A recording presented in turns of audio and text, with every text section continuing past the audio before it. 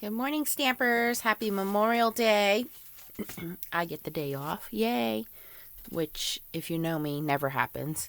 But yes, I did get today off. So I'm going to be playing in the craft cave. But what I wanted to show you guys was I am part of the HSN Crafters group. If you're not part of that group, it's a great group on Facebook. As you guys know, I do order a lot of things from HSN, especially when it comes to crafting. My Gemini Junior, my beloved Gemini Junior. The best thing I ever bought was my Gemini Junior from HSN. But I'm going to talk today to you guys about the Anna Griffin Treasury set. So the Anna Griffin Treasury set came out a few months ago, and it came with this very nice binder.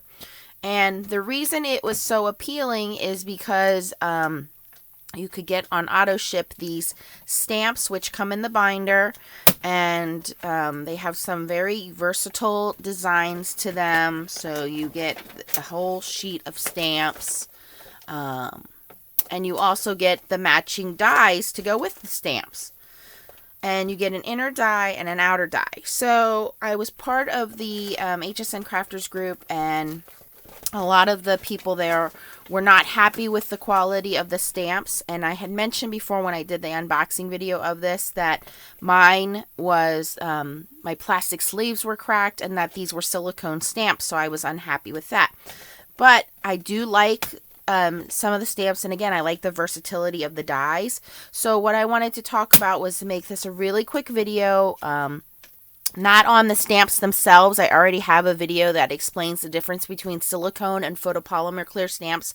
I will link that at the end of this video so you can watch that. If you're having a hard time stamping with these stamps, they are silicone stamps. They are not photopolymer stamps, so they are by nature designed to resist ink. But today what I wanted to focus on were using the dies. So I did get the second set here, which has names.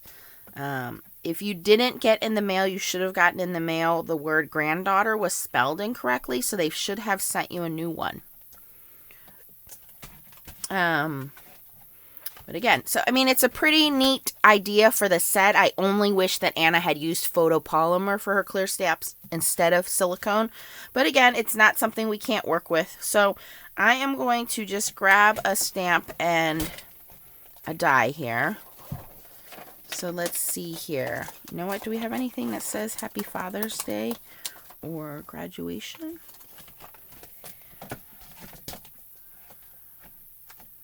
Okay, here's one that says for graduation. If I could get it.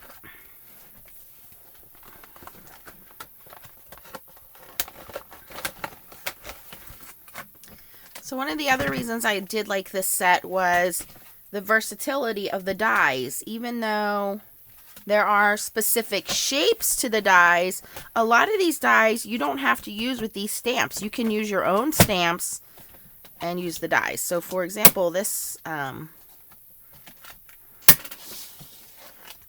dies we're going to use today,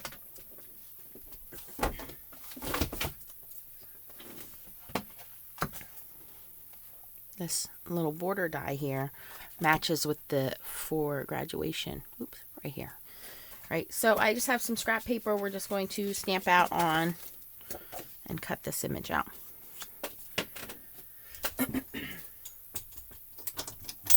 Now, I had mentioned in my video the best ink to use for these stamps or silicone stamps is Distress Oxide inks or any kind of pigment ink.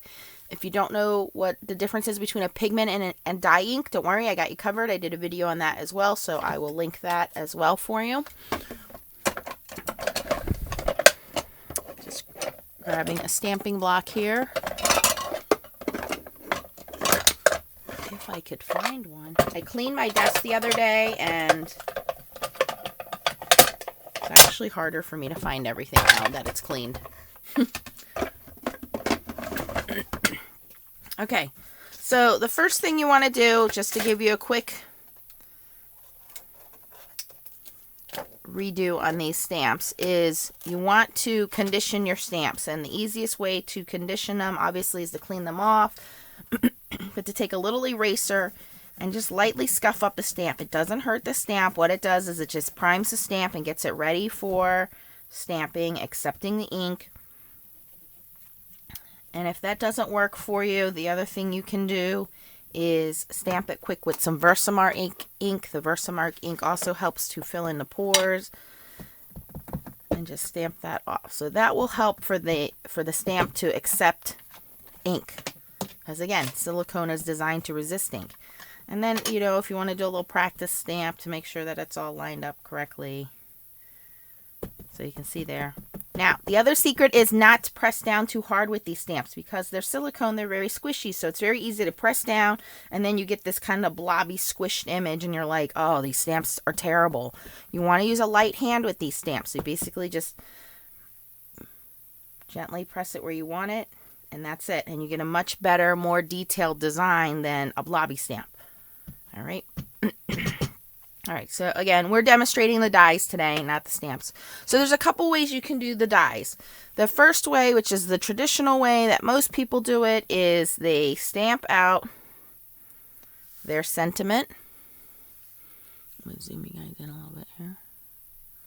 Let me turn this other light on for you too. There we go. So most people stamp out their sentiment. And then they put their die around it. And yes, some of these might have sharp edges or burrs on them. If they do, there's a couple things you can do.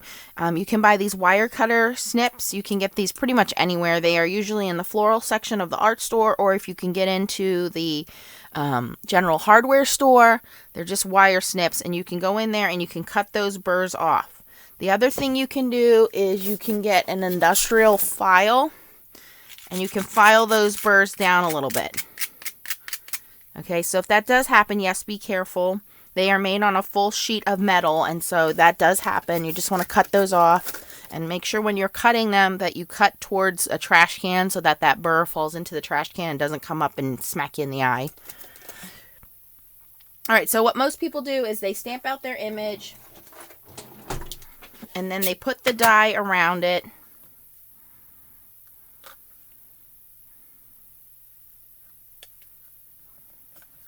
And run it through their machine. The other thing you can do is put the die down and cut it first. And I'm going to use my Gemini today. And for the Gemini, the sandwich is your cutting plate. Now you can do cutting plate, magnetic plate, and then do your dies face up and put your paper on them. I don't like doing it that way because I can't see, and I like to make sure that I see what I'm stamping. So what I do is cutting plate. I use a little Post-it sticky tape here or washi tape, you know, where I want it. Then I put my magnetic plate, then the clear milky tape plate, and then the other plate. And you alternate either putting it through this way or flipping the sandwich over. Yes, the plates will warp, but mine are straightening back out again from flipping them, and it does not affect the way that they cut.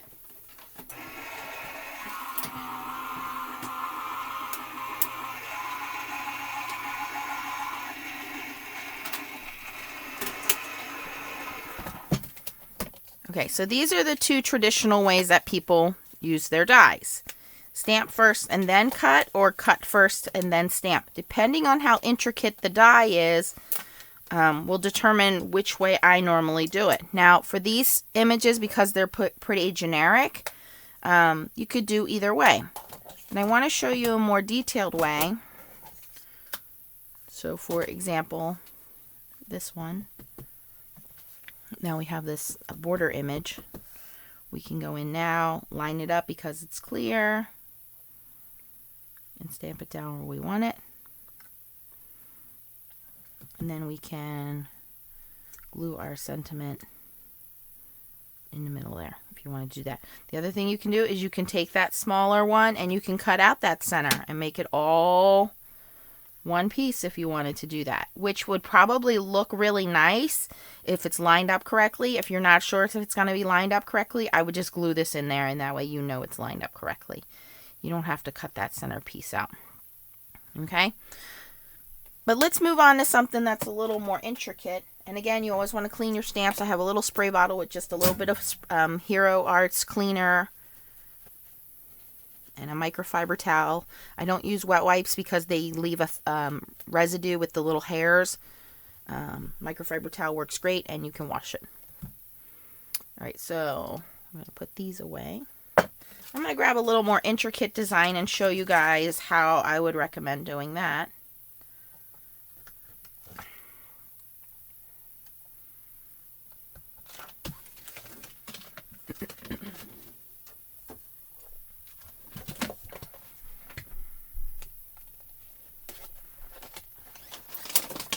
So we're going to grab a little bunny here.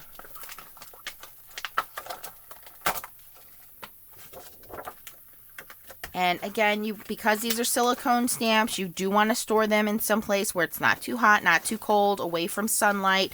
They will yellow over time. Sometimes the silicone starts to separate and they get a little slimy. If that happens, you want to take those stamps, wash them off. If they are melted and are not usable, throw those away, the ones that have been tainted. The yellowing is normal, that's okay. So we have our little bunny here, and again I'm just going to take my eraser and rub it a couple different ways here. Give this stamp a little tooth. I'm going to use my Versamark and just stamp him off. And how I would do this bunny, because it's a little more intricate and we want to make sure the die lines up perfectly, is I would cut out a die image first, especially here. Like, those ears need to line up perfectly, right? And you want to do this on a heavier cardstock. This is just regular cardstock, but if you had a heavier cardstock, because you want to make this a little bit more of a permanent solution, and I'll show you what I mean by that. So again, we're just going to use the Post-it tape here. And we're going to run that through our Big Shot. I'm sorry, our Gemini Junior, not our Big Shot. Or your Big Shot if you have a Big Shot.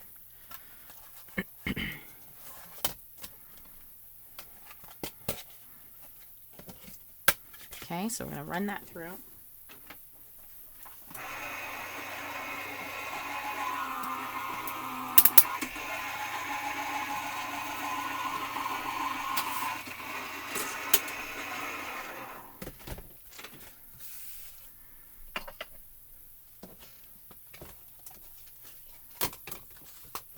So now what you have done, you can do one of two things.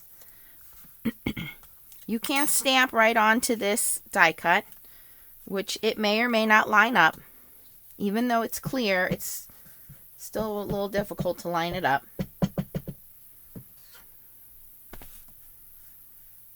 So you can see that the stamp is really covering that whole die. And let's see how I did here.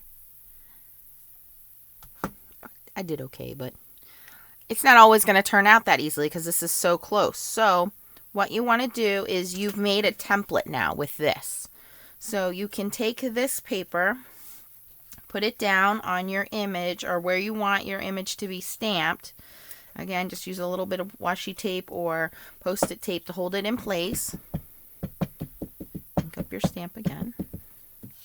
And now you want to kind of very gently line your stamp into that image. Now you'll feel it. You don't want to wiggle it around too much. You'll feel when it's in place. And now you know that you've stamped inside that image. So the other thing you can do is you're going to leave that in place once you've had it stamped in there. Or you can do it the other way if it makes it easier for you. Let me show you what I mean. If you're a beginner stamper, then you might want to do it this way. You want to stamp the image out first. Then take your template, put that over your stamped image. Then you can see exactly where it's going to cut out. And now you're going to take your die. And you're going to set your die in. And your die, you're going to put some Post-it tape on that. That's probably the best way to do it if you're not real comfortable with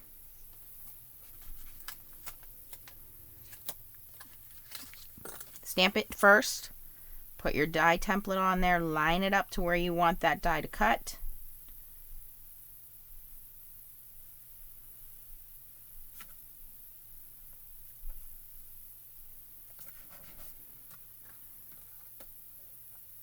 And remember, because these are pigment inks, you want to wait for them to dry because pigment inks take a little bit to dry. I am smearing this ink all over the place because I'm touching it. All right, so let's run this through. This should be a little bit better.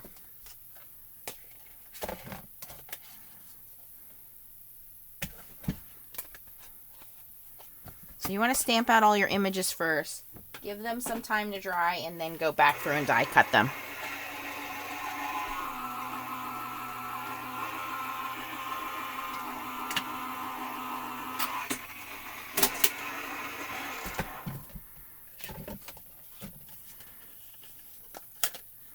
So now our template has helped us cut out the image. So you can either stamp on the cut image or you can cut it out. But either way, it'll line up a lot better than just trying to stamp it and then cut it out, because you can't see here, this is stamped. You can't see where those ears are supposed to be lined up because they're covered up. So you're kind of just guessing like, well, does it go here? So it's a little easier with these intricate stamps to stamp it first, make a template, put your template over the stamped image.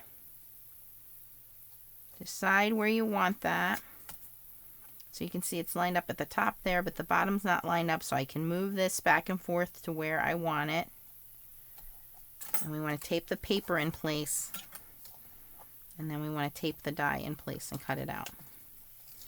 So making a die template really helps a lot when using intricate dies. Even though you can see through the stamps, you can't always see through the dies.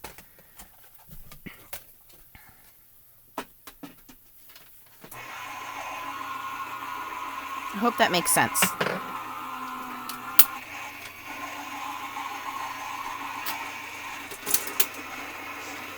And then if you want to do an outline or the border, so you can see that's cut out perfectly. So let's say we want to do the outline in a different color here. Same thing, you can make a template for it, but I'm just going to cut it out in plain paper here.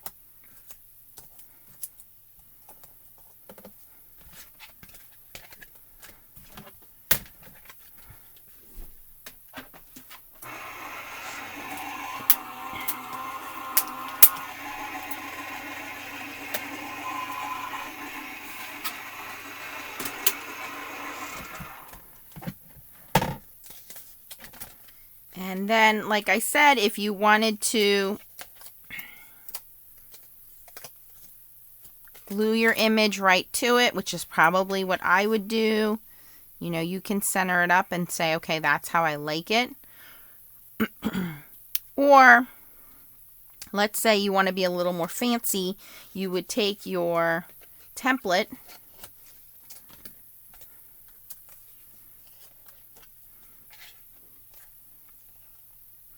and then you could line up where you want that interior to be and put both dies down. So you could do the outside and the inside at the same time, and it would cut out both for you. So I guess that would be on just a regular piece of paper.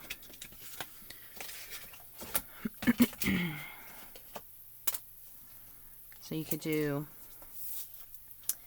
so it's like inlay die cutting. You could do the outside and the inside. And then you would you would essentially have a border. So let me show you what that looks like. I would not do, because honestly I think it takes too much time to line that up and I don't have the patience for that. I would just glue my image over top. But some people want to make things fancy, which is fine. That's why we have all of these creative juices flowing. So I'll show you here what I mean.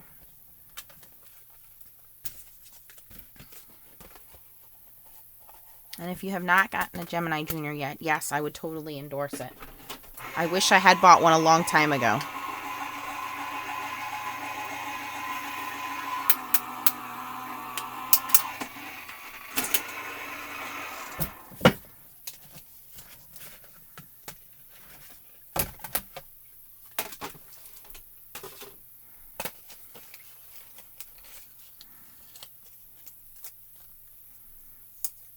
So now what some people would do here is you have the inside and the outside. So you could stamp on that if you wanted to stamp on that. Again, you would just line it back up.